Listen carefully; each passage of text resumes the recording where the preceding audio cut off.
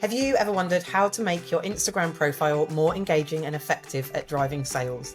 Imagine turning your profile visitors into loyal followers and even customers, all by optimizing a simple feature. That's exactly what I am going to be talking about today when I dive into a powerful yet often underused feature on Instagram, highlights. In this episode, I'll reveal how to use Instagram highlights to their full potential, including the must-have highlights for any business, tips on making them visually appealing, and strategies to keep them fresh and engaging. Stay tuned as I explore how to turn your Instagram profile into a powerful tool for conversion, ensuring your core content stands out and attracts the right audience. But before we dive in, I just want to say thank you so much for taking the time to tune in to show up and be heard. The podcast exists to help women like you simplify your business and your life so that you can stop feeling so overwhelmed. I'm your host, Becky McAvoy, owner and founder of Be Heard Socials, and I am an award-winning social media marketer and international speaker who specialises in content strategy and organic growth on social media. If you want to cut through the noise and the BS and get practical, actionable advice tailored specifically to make social media marketing accessible and easy to understand, or if you want to be part of a supportive community where women entrepreneurs can feel connected and inspired to achieve their dreams, then keep listening because you are in the right place. To be the first to find out when new episodes go live and to get more tips like the ones you hear in this podcast, make sure you join my email community through the link in the show notes. Right then, let's get started with this week's episode. I am always surprised by how many businesses overlook the potential of Instagram highlights, because when you use them correctly, highlights can not only engage your audience, but they're also really good at driving conversions and sales. So that's why I chose to do an episode today all about highlights, because I want to explore the essential highlights every business should have on their Instagram profile, and just how you can use them to get the best results. But before we get stuck into any of that, I want to start with the basics. And by the basics, I mean, let's talk about what highlights even are and how they work. Because if you're listening to me talk and you're like, Becky, I don't even know what a highlight is, then the rest of the episode is going to be of absolutely no use to you. So the very first thing I'm going to do is explain what they are and how they work. So basically, highlights are the little circles that sit underneath your bio on Instagram. So you have your profile picture and your name and your description about you and whatever. And then some people on their profile you will see have these little circles all sort of lined up next to each other, all with images in. And these are your highlights. That's what highlights are. So they're essentially collections of your Instagram stories that you've chosen to keep on your profile permanently. Now, for those who might not be familiar with Instagram stories, these are basically photos or videos or posts that you've shared to your story. So your story is the little circles that come up at the top of your feed page, but they are not yours. They are other people's that you will see on your profile. And yeah, they're photos and videos that you can post separately from your main feed. These stories are visible to followers for 24 hours and then they disappear. So they are a good way of engaging people who already follow you. It's generally people who already follow you that will see them, and they're good ways to build relationships with your current audience. Now, getting the most out of Instagram stories can be a whole nother episode in itself, but I just wanted to explain what they are so that you can understand what highlights are. Because like I said, highlights are the stories that you've decided to stick around. Because like I said, if it's just a story, it is only on for 24 hours and then it disappears. However, Instagram gives you the option to save it to a highlight and then it will stay until you delete it again. So you can keep it there as sort of evergreen content. And when you choose to do that, it stores in these circles at the top of your profile. So hopefully all of that makes sense. And what happens when you save your stories to highlights, you can keep the content you want to stick around. So the valuable content that you want people to see more than once. You want it there for more than 24 hours and you want it accessible when people come and visit your page. You want them to be able to see it. Like I said, they appear right below your bio on your profile, making them one of the first things that people see when they come and check you out. So it's a really good place to have stuff to capture people's attention and show them why they should follow you and how they can work with you and what you do and all that kind of stuff. So one of the really significant benefits of using highlights is that they allow visitors to your profile to quickly find your core evergreen content when they land on it. So like I said, whether that's to make a decision on whether to follow you, whether that's because they've come from a recommendation and they just want to see what you charge and what you sell and all that kind of stuff. Yeah, it can help them decide to want to follow you or even make a purchase. So getting your highlights right is crucial, because if people have to hunt for information, you might lose them. People's attention spans aren't very long. And if you've lost them in the first minute or so, or probably less than that, then they might have gone elsewhere. So that's what highlights are. That's why they can be really useful. I want to talk a little bit about good highlights to have. Now, one of the things that I see with people doing highlights is they save useful content to their highlights, but it's a bit unstructured. It's not very strategic, and they might have lots of them. Now, I don't actually know what the maximum amount of highlights that you're able to have is, but it's a lot, because I see people with lots of different individual highlights saved. So lots of individual different circles at the top of their profile. So I guess one thing to think about is how people are using Instagram and other social media apps. But in this instance, particularly Instagram, they are using it on their phone. And they're very unlikely to come to your profile and scroll through, having to keep swiping to scroll through all the highlights that you've got to find out the thing that they need. On the top of the profile, it's generally, I think it's 5 to 7 circles that actually show on a phone screen. So that is what people will see definitely, but when they come to your profile. And I would probably try to stick it to no more than 7 highlights, because you shouldn't really have a ton of information in there. Like I said, what you should really have is the core information that people need to make a quick decision, whether that be to follow you or to buy from you or whatever it might be. So, like I said, I want to go through the 5 ones that I suggest every business should have. And then after that, I'm going to go through some that are also good, but might not be relevant to your business or you might not want. So the very first one is start here. And on my profile, I actually call it start here, but effectively it's like an about me section. So this highlight is crucial for new followers. It gives them a quick overview of who you are and what your business is all about. And if you want to check out what I include in mine, I will include a link in the show notes to each of these highlights, actually, because I was going to say there will be a link in the show notes to my Instagram profile. But I will put a direct link through to each of the highlights so you can go and check out what to include there. But yeah, basically what you want is, like I said, it says start here. So it's giving them that introductory information. It gives them a quick overview of who you are and what your business is all about. So that's the first one. The second one is your services or your products. So what you sell, basically. Showcase what you offer. Make it easy for potential customers to see your product or services at a glance. Now, the wonderful thing now with stories is that you can include a link sticker, no matter how many followers you've got. When you post a story, if you swipe up, there's a sticker on there that is a link sticker, and you can post a direct link to it. So if in each of these Instagram stories that become your highlight, you showcase various different products, on each one you can include a direct link through to your website or wherever it is that they buy it from to use it. So you're making it really easy for people to find out what you offer, but also to get to the place where they need to offer. And that could be your website, or it could be a Booksy account, or it could be an Etsy store, or whatever it might be. But basically, it's the place where people can then go and take that next step to make the purchase. So my services products, that's the next one. Third, number 3, how to work with me or buy from me. So a little bit similar to the one that we've just said, but this is more about providing a clear pathway for people to engage with your business, whether it's booking a service, making a purchase, or contacting you for more information. And it might be that you decide to combine this with your services and products.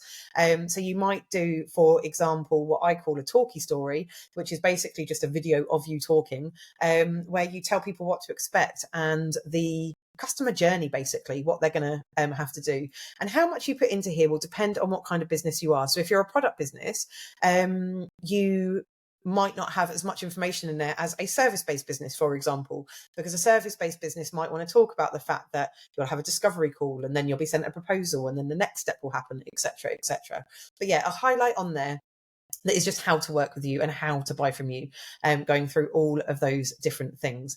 And that might also include things like the freebies that you offer. So it might be free Facebook groups, and it might be directing them to different things that they're not necessarily paying for as well. But it's basically all the ways that you can help them and the ways that they can work with you or they can buy from you. So that is highlight number 3. Number 4, reviews and testimonials, because nothing builds credibility like positive feedback from your existing customers. Highlight your best reviews to build trust with your new followers. And if you wanted to, you could also use a link sticker again to link through, or include a call to action on there about how they then go, and if they want the same result or if they want that product, then they can take that next step by using some of the stickers that are available to you on Instagram stories. But yeah, putting reviews and testimonials out there is a really, really good way to build trust, and people can just have a bit of a nose through. Now, on my Instagram profile, this is called kind words, because in this highlight, I also include if someone has tagged me in something and they've said really nice, something really nice about me, or if I've screenshotted a message that somebody sent me and I've shared it to my stories. So they're not necessarily all reviews and testimonials. They are just nice things people have said about me, which is a really, really great way, like I said, to build trust, and to build that confidence, and to show that you are good at what you do, that you're an expert at what you do. So yeah, whether it's kind words, reviews, or testimonials, whatever fits best with your business, that is highlight number 4 that I think absolutely all businesses should have. And then number 5, the final one that I think is a must-have, is FAQs, so frequently asked questions. It's really important to address common questions up front. This not only saves you time, but also provides immediate value to your audience by answering their questions right away. So this could be about the cost. It could be about the process that they have to go through to work with you.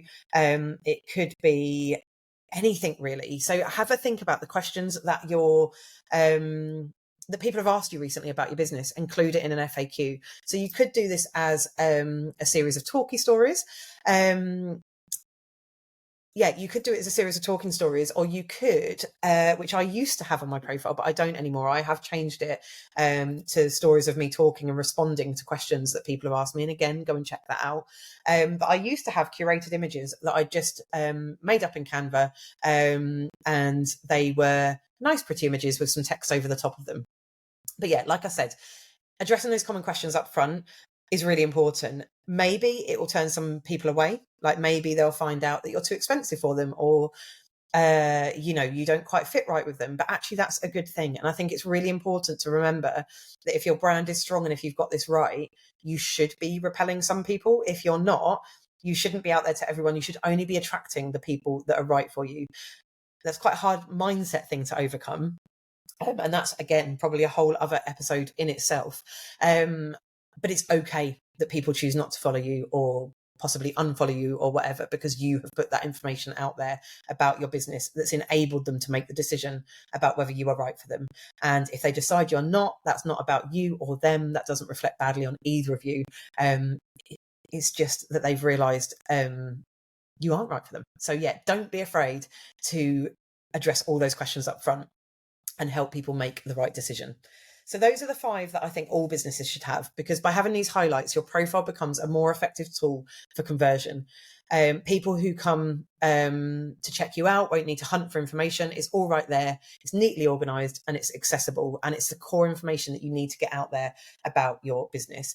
And it's a nice way. If people can find that really easily, instantly you've set them off with a good impression. But like I said, that's not all. I don't think you should have tons of highlights. Like I said, I think sort of 6 or 7 maybe maximum.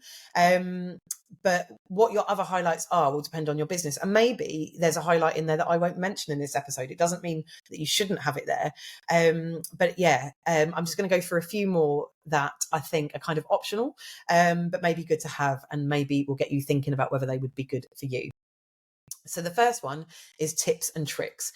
So you could share valuable advice that helps your target audience. This can position you as an expert in your field and keep your followers engaged. What you just want to make sure with any of the highlights, but particularly with this one, and it's one of the reasons that I choose not to have it on my highlights anymore, partly because there's so many of them, but also because with social media tips and tricks, it can become out of date quite quickly, and I don't have to want to constantly check my highlights. So just make sure that the tips and tricks that you're putting out there is evergreen stuff if you've got it.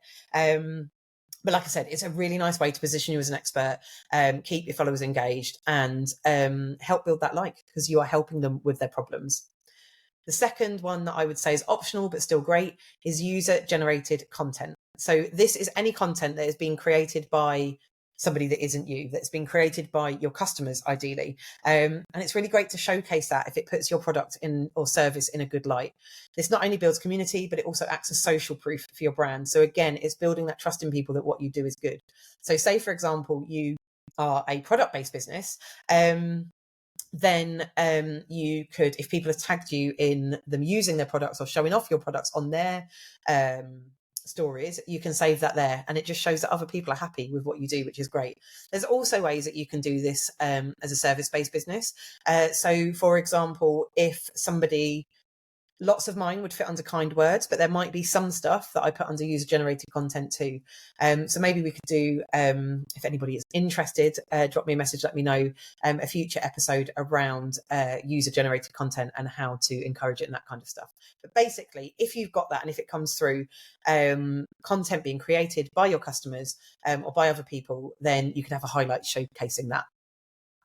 And the final one that I'm going to go into now, like I said, this isn't an exhaustive list, but this is kind of the key ones for me, is links to freebies or blogs. So I said in the first, the ones that I think all businesses should have, that could come under how people work with you. However, you might want to put it as a separate thing. It depends kind of on how much of it you've got and what you have to offer. But this is a great way to drive traffic to your website or your blog by highlighting your best content. So if you've got any lead magnets, offering freebies to entice your audience to build your email list, these are really great to have there. Anything that's helpful for people to have and possibly encourages them to become a slightly warmer audience. It encourages them to join your email list or to go to your website or to take that next step and sort of move through the sales funnel. So I have quite a lot of blogs and freebies, so I do have this as a separate highlight on my Instagram profile because I think it's really useful. And again, you can use a link sticker, like I said earlier, to send them directly there. So that was a little bit of a whistle-stop tour of highlights and which ones to have and what they are and all of that kind of stuff. But what I'd really like you to do after listening to this episode is take a moment to review your Instagram profile. Do you have the highlights that I've mentioned already? If not, it might be time for an update. I have a regular reminder in my Asana to, I think I do it on a monthly basis. It might even be quarterly actually, but it's relatively regular because it should be evergreen content. To just check through them and make sure they're still relevant. I've still got all the things in there that I need, and update it if I need to. So yeah, have a look at your Instagram profile, see what you've got and see if it's time for an update or whether it's time to just create highlights for the first time. That would be really great too. Remember, like I said, if you need inspiration, you can always check out my profile to see how I've set up my highlights. Like I said, I will put the links to mine in the show notes so you can check it out. And also you can make your highlights. There's just a couple more tips I want to say before I finish actually. You can make them more visually appealing by editing them with a cover photo. So a well-designed cover photo not only makes your profile look more professional, but it also helps you organize your content visually, making it easier for your followers to navigate it. If you don't have a profile photo, if you don't have a cover photo on your highlight, it will just show a bit of the first story that's in that highlight, and it just doesn't look that nice. So for me, I have created ones which have lightning bolts on them because lightning bolts are a big part of my brand. They're all in different colors because my brand is all different colors. And it just makes it look nice. Like I said, go and check it out from the link in the show notes, and it just makes it look a bit more visually appealing. Now, what I see lots of people do is post it will always be the first story in your highlight that becomes a cover photo if you haven't uploaded a cover photo. So what I see lots of people do is post to their story as a cover photo, and then they make that the first story in their highlight. You don't need to do that. So you can just create your highlight with all the stories that you want in there. And then when you go back into it, you go to your profile, you go back into it and you go into edit the highlight, and you'll see a little option there to add the cover photo, and that will just add the cover photo for you. So you don't have to have it as the first story in your highlight, because it, like for me, a lightning bolt isn't relevant to the other things I'm talking about. So I don't really want to waste people's time by showing them a story to start with. That isn't relevant to the highlight that I'm creating. So yeah, add the cover photo afterwards. If you aren't sure about, or if you haven't had your brand designed or anything like that, you can go onto Canva. You can search for Instagram highlight templates, and it will come up with tons of them, and you can put them into your colors, you can change it into your fonts, and you can do all different kinds of things. So there's tons and tons on there that you can create really easily. Another thing I want to talk about, so I'm just going to end this episode with a few tips of like around creating the highlights, and a few just like helpful things to know, basically. The order of your highlights. I want to talk about the order of your highlights. So the order that your highlight shows up in terms of stories that come, is always going to be the first story you posted right through to the most recent story you posted. So if you want them to show up in a certain order, you have to post them to your stories in that order, because that's how it will show. Also, in terms of the order of your highlights, the order of the circles on your profile will show up in the order of which you last updated it. So for example, like I've said, mine is always, one of my highlights is start here. And because it's start here, I always want that at the front of my row of highlights. However, if I update my how to work with me or my kind words or any of my highlights, what it will do is move that one to the front. So there's a really simple tip that you can use for this, just to manipulate the order of the highlights, if you will. Although that's a negative term, isn't it? Manipulate. But yeah, basically, when I update my highlights and I still want start here at the front, what I do is go into my start here highlight. I just add a random story to it, save it, and come out of it. And that will have moved my start here highlight back to the front of that row. Now, obviously, I don't want that random story to stay in there, so I just go back into it. I go back into edit the highlight. I delete that story back out. It's a little bit faffy, but it's a great way to choose which order you have your highlights in. So yeah, to change the order of your highlights, you can simply add a new story to the highlight you want to move, because that will push it to the front of the highlights row. However, if you don't actually have a new story to add to it, just add one to it and then delete it again, and you will be able to order them. So for me, I don't really care what order mine are in, other than I want start here at the beginning. So that's when I do it. And obviously what you do will be relevant to you. One of the other things I wanted to touch on and talk about is a little bit of a pet peeve of mine. I see lots of people go on their stories and go, I'm so sorry, please just ignore the next few stories. I'm just sorting out my highlights. Or they don't necessarily say ignore it, but they just say, I'm so sorry. The next few stories are going to be highlights. So I'm sorry for the spam. Don't ever apologize for posting stories so that you can save a highlight. If your highlight isn't relevant to your current audience, it shouldn't be a highlight. So you should never have to apologize for it. Now, obviously, one of the things that people apologize for is the spam element of it, that you're about to post a load of stories. So what I suggest in this is just sort your stories out and post a few a day. So for example, if I'm doing my start here one, I might do a bit of a talking story that I don't add to the highlight and go, I'm just going to show you through, like make it flow naturally. I'm just going to go, I'm just going to share a little bit about who I am and what I do. So I'd love to know what you think, and then post the stories, and then I can save the relevant ones to my highlight. Because even people that have followed you for ages and people that might have seen this information before, it's important that you show this to them regularly. So you shouldn't ever apologize for putting it out there, but maybe, like I said, just do it strategically, where you post a few stories a day, and then the next day you post a few stories for another highlight, and so on, so that you give them valuable content. Because even people that have followed you for a while, and I will tell you this because this is a good story, the last time I did this and I reposted it to my stories, I didn't apologize for it, and actually I was doing my services highlight, and this is a true story.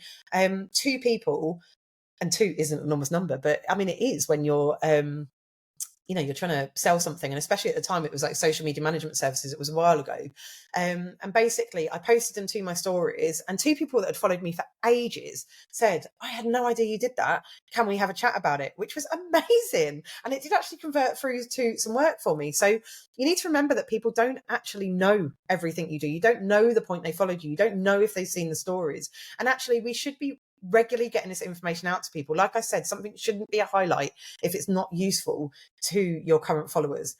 So another really good tip is to save these highlights to a Google Drive or a Canva folder or your phone, a folder on your phone, wherever it might be, and repost them quite regularly. Put a reminder wherever whether it's on a to-do list or in Asana or in Trello or whatever it is that you might use, put a reminder in there to once a month, for example, repost each of your highlights. So it might be each week you do a different one. So for example, you share your services. It's a great way to get consistent on stories, because reposting your highlights to your stories regularly is also essential, even if you've got it saved as a highlight, because by doing this, it ensures that more eyes see your content, especially those, like I said, who might have missed it the first time.